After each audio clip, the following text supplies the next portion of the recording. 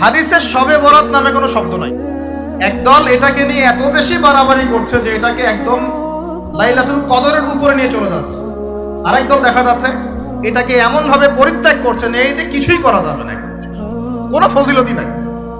এখন আসলে মধ্যম পন্থা কি, মাঝখানে আমরা কি করবো তা জানার দরকার আছে কি নাই? অনেক হাদিসের অনেক আলোচনা, প্রায় 40-50 পৃষ্ঠার বই, সব আলোচনা তো মাহফিলে করা সম্ভব না। আমি সারমর্মটুকু বলি। সারমর্ম কি? হাদিসের শবে বরাত নামে কোনো শব্দ নাই। এক নাম্বার কথা কি নাই ভাই? শবে বরাত নামে কোনো শব্দ নাই। আছে লাইলাতুন নিসফু মিনা শাবান, শাবান মাসের মধ্য রজনী। শাবান মাসের মধ্য রজনী। শাবান মাস কি? উত্তর, নবী সাল্লাল্লাহু আলাইহি ওয়াসাল্লাম রমজান মাসের পর যে মাসে রোজা রাখতে বেশি গুরুত্ব দিয়েছেন তার নাম শাবান। আয়েশা রাদিয়াল্লাহু আনহা তিনি বলতেন যে শাবান মাস আসলে নবী সাল্লাল্লাহু আলাইহি ওয়াসাল্লাম এত বেশি বেশি রোজা রাখতেন যে মনে হতো তিনি রোজা ছাড়বেনই না, সারা মাস রেখে ফেলবেন। বেশি থেকে বেশি রোজা রাখতেন শাবান মাসে। প্রশ্ন হচ্ছে কেন?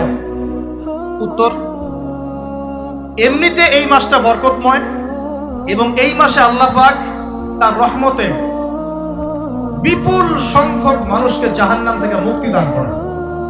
সুবহানাল্লাহ। নবী সাল্লাল্লাহু আলাইহি ওয়াসাল্লাম এই মাসকে তাজিম করতেন। এই মাসের সম্মানার্থে, এই মাসে আল্লাহর রহমত বরকতের স্বার্থে নবী করিম সাল্লাল্লাহু আলাইহি ওয়াসাল্লাম এই মাসে বেশি বেশি রোজা রেখেছেন। সুন্নত কি শিখলাম? শাবান মাসে বেশি বেশি রোজা রাখা সুন্নত। আরেকটা হাদিস মাথায় নিয়ে নেন, আজকে সারা ওয়াজ ভুলে গেলে এই ওয়াজটা ভুলেন না। কি হাদিস? নবীজি বলছেন, তোমাদের সামনে, হে আমার সাহাবীরা, তোমাদের সামনে এমন একটা যুগ আসছে, ওই যুগে আমার সুন্নতকে ধরে রাখাটা হাতের মধ্যে আগুন ধরে রাখার মতো। আমি অনেকদিন এই লেকচারে এই হাদিসটা বলেছি। ওই যুগে যদি তোমরা আমার একটা সুন্নতকে জীবিত করতে পারো, সমাজে একটা সুন্নত মরে গেছে ওটাকে আবার জীবিত করতে পারো, তাহলে 50 জন শহীদ সাহাবীর নেকি পাবেন। আপনি 50 জন শহীদ সাহাবীর নেকি পাবেন যখন চলমান সমাজে একটা সুন্নত মিটে গেছে, নাই, মানুষ আমল করছে না, কিন্তু আপনি সেটাকে জীবিত করলেন। মারা যাবে ইনশাআল্লাহ।